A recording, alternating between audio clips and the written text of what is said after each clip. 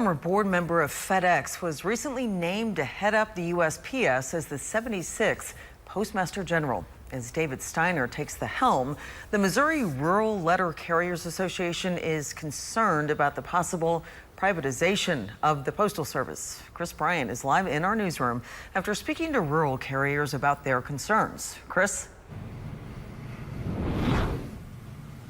Yeah, good afternoon, Lee. The Missouri Rural Letter Carriers Association is having their yearly meeting this week in Hannibal. And among those concerns, and one of those topics is the continued conversations when it comes to the privatization of the United States Postal Service. Joan Carroll is the state president for the Rural Letter Carriers Association here in Missouri and says that privatization happens, then the service that many people have come to expect may go away in favor of profits. And for some people, we are their only human contact that they have all week, maybe.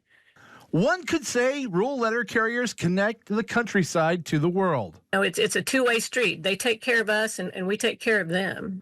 And going above and beyond is the norm. We do hardship deliveries, so I go up to the door for widows who don't drive anymore, and they're out in the rural areas. So they count on that postal service to bring them their medication. Earlier this year, protests against the privatization of the post office were held across the state. And then again this week, as the Missouri Rural Letter Carriers Association is having its yearly meeting in Hannibal. Because the last mile delivery is your most expensive delivery. So companies aren't going to want that because they focus on profits. For carriers, there is a connection with the community. Rural carriers have fought fires. They have helped people in accidents. They've provided first aid, put in cattle. I know some carriers have even had to pull a calf on the route. Now, I personally have not had to do that, thank heavens. But it's a relationship that they have with their customers that you're not going to get with the privatization.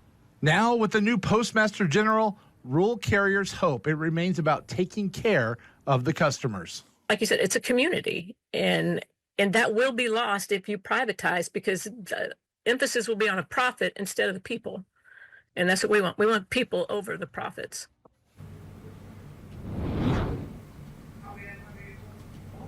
Earlier this year, legislation was introduced in Washington, D.C. that would keep the United States Postal Service a part of the federal government. President Trump has even floated out the idea of moving it to within the Department of Commerce. In the newsroom, Chris Bryant, KY3 News.